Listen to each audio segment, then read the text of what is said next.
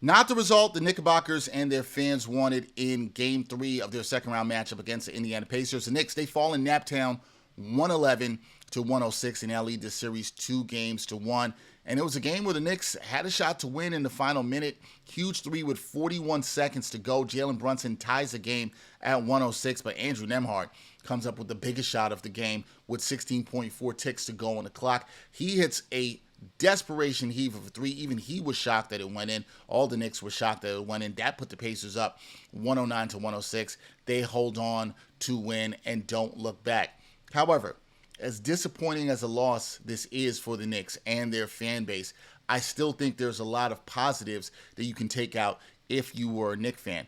This game didn't start good for the Knickerbockers at all. They found themselves down 12 in the first quarter. But what's the thing we've been talking about every time we do breakdowns, every time we talk to the reporters, the content creators? We talk about the grit, the grind, the fight of this team. This team fought back, and they were led by a team-high 35 points, a playoff career high from Dante DiVincenzo, who was unconscious, and it was a shame that his great shooting performance went to waste in this one. Josh Hart gave the effort. He didn't play 48 minutes in this one, guys, but grabbed a career playoff high 18 boards in this one.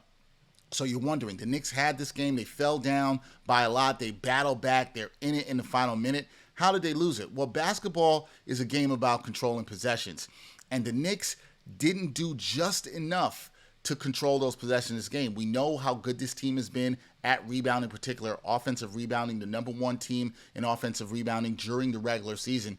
Well, in this game, while they out-rebounded the Pacers by one board in this game, they were out-rebounded on the offensive glass by 3. So +3 for the Pacers here, and the Pacers had some huge offensive rebounds in this contest, particularly in the fourth quarter where they needed it most. That's where we're used to seeing the Knicks grab those big offensive boards in winning time. They weren't able to get that done today. Another point where the Knicks can clean up: turnovers. Knicks had 13, the Pacers had 10. Those are possessions you're giving away there. So when you look at the Knicks, the offensive rebounding, -3. Turnovers, also -3. That's 6 possessions right there that they gave away.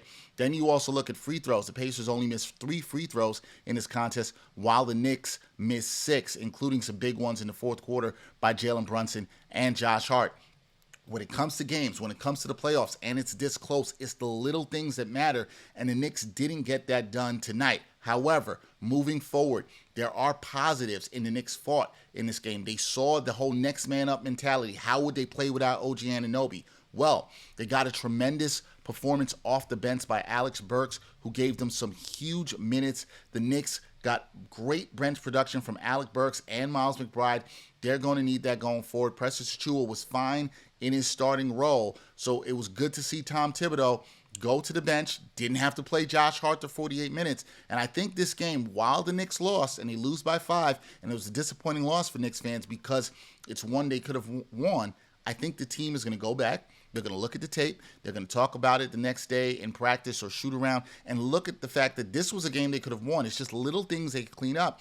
And even without OG Anunoby, this is a series that is there for the Knicks to go and get a win on the road out in Naptown. So now the series shifts to Sunday, Game 4, where the Knicks will have a chance to still take a commanding 3-1 lead in this series, and they want to take care of business on the road. They'd like to get another win.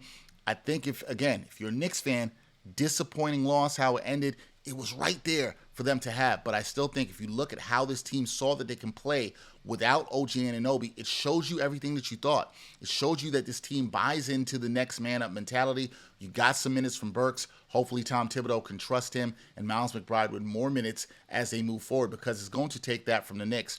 But the Knicks fall, a tough one in Naptown once again, 111 to 106. Game 4 on Sunday is going to be an interesting one, but I do think the Knicks are going to have all the confidence that they can head back to New York, with being up in this series 3-1, with a chance to close it out in Game 5. We'll see how it all plays out. Disappointing Game 3, but always a chance in the playoffs to move on Game 4 on Sunday for the Knickerbockers.